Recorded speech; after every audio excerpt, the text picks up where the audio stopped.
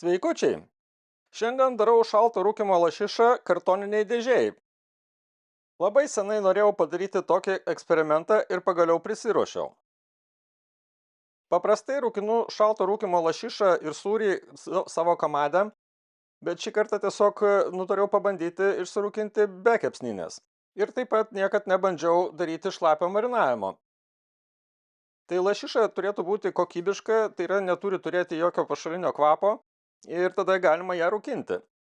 Tai aš ją tiesiog šiek tiek apipjaustau, tų dalių nupjautų tikrai neišmetu, aš jas atskirai tiesiog pasikepsiu ir suvalgysiu, bet reikėtų tiesiog pasidaryti tokios taisyklingos formos labiau tą lašišą, tai bus ją paskui ir lengviau pjauti ir geriau jinai išsirūkins gabaliukais. Dar supjausčius gabalais man tiesiog jinai patogiau tilps į indą, kuriame marinuosiu, tai tiesiog pasidarau 2 gabalus. Marinavimui arba gal teisingiau sakyti sūdymui naudosiu tiesiog druskos tirpalą, tai 100 gramų druskos į pusę litro vandens, taip pat 50 gramų cukraus ir galima dar pridėti, pavyzdžiui, granuliuotų česnakų ir pipirų. Svarbu viską gerai išmaišyti, nes šaltame vandenyje gana sunkiai tirpsta tas cukrus ir druska, bet tiesiog vieną kartą pamaišau, palaukiu šiek tiek, dar kartą pamaišau ir tada jau galima užpilti žuvį. To skysčio 2 gabaliukams žuvies gal yra daugokai, galėtų būti jo ir mažiau, tiesiog patogiau skaičiuoti proporcijas buvo. Na ir dedu į šaldytuvą viską per naktį tiesiog palaikyti, kad įsigertų tas tirpalas.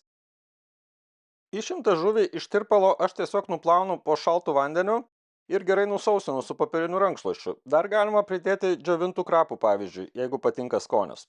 Ir dar viską padedu į šaldytuvą, kad tiesiog truputį apdžiūtų ir geriau priliptų dūmas. Na ir ruošiuosi rūkinimui, tai tiesiog ant kelių plytų pasidedu picos akmenį, ant ko galėčiau padėti tuos vamzdžius rūkinimo ir pasidarau tokią dėžę, tai jinai gali būti kvadratinė, tiesiog neturėjau tokios aukštos dėžės ir naudodamas iešmus tiesiog pasidarau dar vieną tokį tarpinį lygį, ant kurio dedu papildomai irgi picos akmenį mažesnį ir lėkštę su vandeniu, kad kuo mažesnė kaitra pasiektų pačią žuvį rūkinamą. O toliau dedu dar 2 iešmus, ant kurių jau bus grotelės, ant kurių bus padėta tiesiog jau žuvis rūkinimui. Tai geriausia viską pasibandyti, pasiruošti, kol dar nerūkinam, kad būtų tiesiog viskas paruošta jau kai bus pats rūkinimas. Aš naudoju rūkinimui tokius perforuotus vamzdžius specialius ir naudoju alksnio drožles. Tai uždegu tiesiog, kai jau pradeda įsidega, tada tiesiog užpūsti reikia juos ir jie ten po to rusena po truputį išskirdami dūmus, kuriuose puikiausiai rūkinasi žuvis. Kamadą naudoju tik tai vieną tokį vamzdį, bet kadangi čia yra daugiau tarpų oro ir daugiau gali cirkuliuoti dūmai tie, tai dedu iš karto 2. Taip esu bandęs daryti ir rūkindamas kamadę, bet tiesiog kamadė per mažai oro, dėl to tiesiog užgesta. O mintis, kodėl įdėjau būtent 2 tuos prietaisus, tai tiesiog, kad būtų daugiau dūmo, jisai būtų intensyvesnis ir tiesiog viskas greičiau išsirūkintų, nes oras pakankamai šiltas. Šaltą rūkinimą geriausia yra daryti tada, kai oro temperatūra yra pakankamai žema, tai kokia, kad būtų iki 20 laipsnių Celsijaus nedaugiau ir pagal prognozę taip ir turėjo būti, bet prognozė mane šiek tiek apgavo, nes išlindo saulė.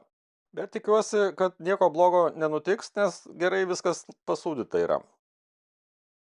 Pirmas 2 valandas buvo šiek tiek mažesnis tas dūmas, tai norėjosi šiek tiek daugiau jo man ir aš dėl to dar papildomai pridėjau drožlių, kai jau padegę buvo tos pjuvenos, tai dedu iš viršaus papildomai ir jos tiesiog daugiau intensyviau dega, kai iš apačios dega ir dūmas yra intensyvesnis šiek tiek. Tai viską sudedu atgal. Ir uždėjus tą dėžę tiesiog liepsna užgesta ir nieko ten blogo neatsitinka, netgi jeigu šiek tiek užsidega pradžiai. Tada vėl atgal dedu žuvį ir vėl rūkinu. Tai įdomumo dėliai dar įdėjau termometrą tiek į tą dalį, kur dega tos pjuvenos, tiek ir iš viršaus. Tai šiek tiek šilčiau negu norėtųsi, taigi idealu, kad ta temperatūra būtų iki 20 laipsnių arba 25 kokie nedaugiau, bet mano atveju šiek tiek pakaitino saulė. Ir truputį daugiau ta temperatūra pakilo negu norėtųsi. Nors pamatavus tą žuvį tiesiog su momentiniu termometru, tai jos temperatūra buvo apie 25 laipsnius tik tai. Tai toliau viską rūkinu, kol tiesiog baigia rusenti tos pjuvenos. Tai bendras laikas maždaug apie 4,5 valandos turbūt užtruko. Ir matosi tiesiog pagal sūrį labai gerai, kaip viskas rūkinasi. Gal ant pačios žuvies netaip matosi tas dūmas, kiek prilimpa, bet ant sūrio tai labai matosi. Ir viską tiesiog nuimu ir galima valgyti bus. Na ir kaip išrūkinus kartoniniai dėžiai, tai rezultatas tikrai džiugina. Visai gerai atrodo ta lašiša ir sūris.